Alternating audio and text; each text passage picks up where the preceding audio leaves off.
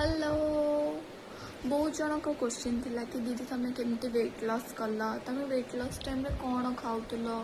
तो मु गोटे जिनस कहि कि मु वेट लॉस टाइम रे मु बस घर खाइबा खाऊली माने मु निजे कुकिंग करके खाऊली तो मु आज ये वीडियो रे मु माने आज गोटे दिन कौन कौन खाइबी ना सेटा आपण मानक सहित शेयर कर। तो सकाळे मु फास्ट गोटे ड्रिंक निए तापरे मु एटा नैथिली कला चना चाट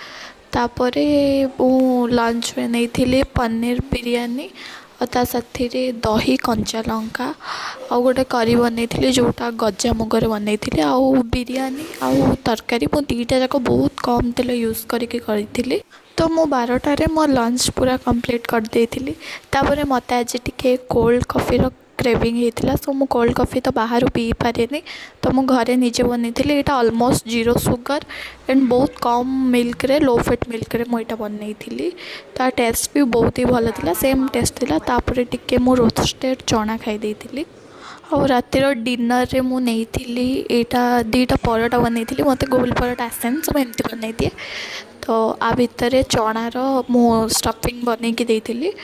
आउ ता सांगरे नहीं बैगण ये बैगण पूरा जीरो ऑयल मु फ्राए करी टोटाल ऑयल ही नाला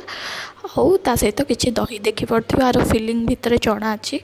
तो देखी पड़े मैं दिन सारा कौन कौन खाइली। तो मुझे गोटे कथा कहि समस्ते भावती वेट लॉस से खाली सालेड खाती बट सालेड नुह जदि आप किसी जिन क्रेविंग हो सेटार हेल्थी ऑप्शन भी मो पाखे थाए जदि आपण मैंने भी जब वेट लॉस करने चाहूँ